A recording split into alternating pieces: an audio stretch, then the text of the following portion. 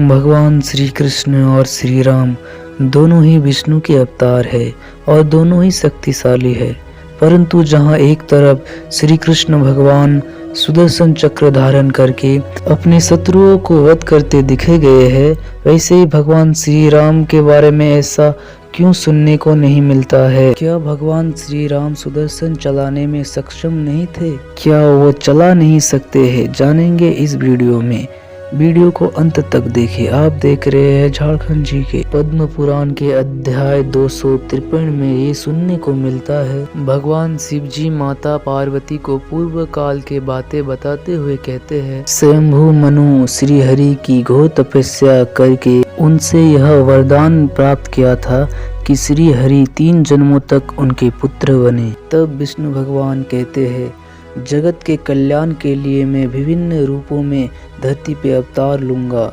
जब तुम्हारा जन्म होगा उसके बाद मैं तुम्हारे पुत्र के रूप में धर्म की रक्षा करने के लिए अवतार लूंगा। इस प्रकार स्वयंभू मनु के पहला जन्म रघुकुल में हुआ। वहाँ वो दशरथ के नाम से प्रसिद्ध हुए। भगवान शिव श्री राम के चरित्र को वर्णन करते हुए कहते हैं, उन दिनों कश्यप और नेच नामक 2 असुरों ने असुर कुल में कुंभकर्ण और रावण के रूप में जन्म लिया। रावण ने घोर तपस्या करके विभिन्न वरदान प्राप्त करके तीनों लोगों पर अत्याचार करने लगे। वहीं दशरथ और कौशल्या के घर में साथ साथ श्री हरि श्री राम के रूप में अवतार लिए तथा कैकेयी के गर्भ से भरत का जन्म हुआ था। वह पंचजन्य अंश के रूप में प्रकट हुए थे। सुमित्रा ने लक्ष्मण तथा शत्रुघ्न को जन्म दिया था। लक्ष्मण जी भगवान अनंत के अंश थे और शत्रुघ्न सुदर्शन के अंश में प्रकट हुए थे। इस संपूर्ण वृत्तांत से हमें यह पता चलता है कि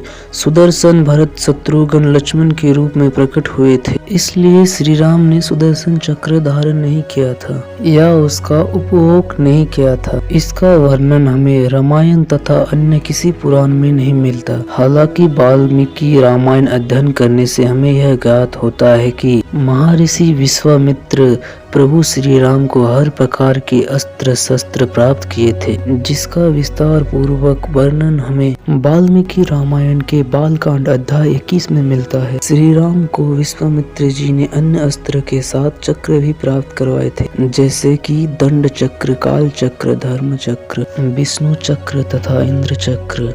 इनमें से कहीं भी सुदर्शन चक्र का वर्णन नहीं मिलता है, क्योंकि सुदर्शन पहले ही शत्रुघ्न के रूप में अवतार ले चुके थे। कई लोग विष्णु चक्र को ही सुदर्शन चक्र मानते हैं, जबकि इन दोनों में अंतर है। भगवान शिव के त्रिशूल और श्री हरि के सुदर्शन चक्र जैसे शक्तिशाली पूरे ब्रह्मांड में कोई अस्त्र शस्त्र नहीं है। श्री कृष्ण अपना पर ब्रह्म रूप, विश्व रूप तथा चतुर्भुज रूप महाभारत के कई अवसरों पर दर्शाया था, जिससे ये पुष्टि होता है कि वो साधारण मनुष्य की तरह पृथ्वी पर अवतरित नहीं हुए थे। महाभारत के भीम पर्व अध्याय 35 में जब अर्जुन को श्री कृष्ण के विश्व रूप का दर्शन होते हैं, श्री कृष्ण अर्जुन से कहते हैं, हे अर्जुन, मैंने अपनी योग शक्ति के प्रभाव से तुझे परम विराट रूप दिखलाया है, जिसे इससे पहले किसी ने नहीं देखा था। मेरे इस प्रकार विकराल रूप को देख के तुझे व्याकुलता नहीं होनी चाहिए। तू भय रहित होकर उसी में मेरे शंख चक्र चतुर्भुज रूप को देख। इस प्रकार चतुर्भुज रूप के दर्शन देने के पश्चात अपने स्वाभाविक मनुष्य रूप में आ गए थे।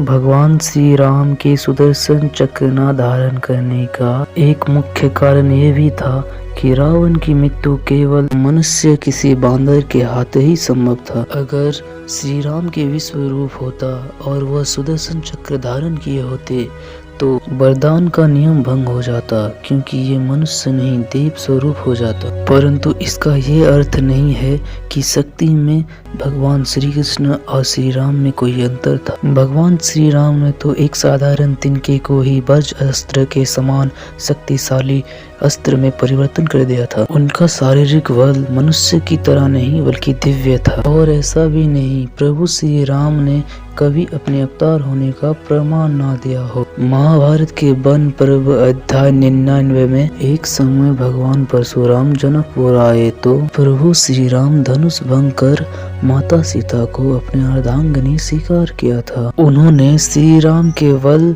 की परीक्षा लेने के लिए श्री राम को कहा, यह मेरा धनुष है जिसे शत्रुओं का वध करने के लिए मैंने भगवान शिव जी से लिया था और तुमने इसे तोड़कर मेरे भक्ति का अपमान किया है। और परशुराम जी क्रोधित होने लगे। तब श्री राम जी ने भगवान परशुराम को दिव्य दृष्टि कर उनके विष्णु स्वरूप का दर्शन किया था।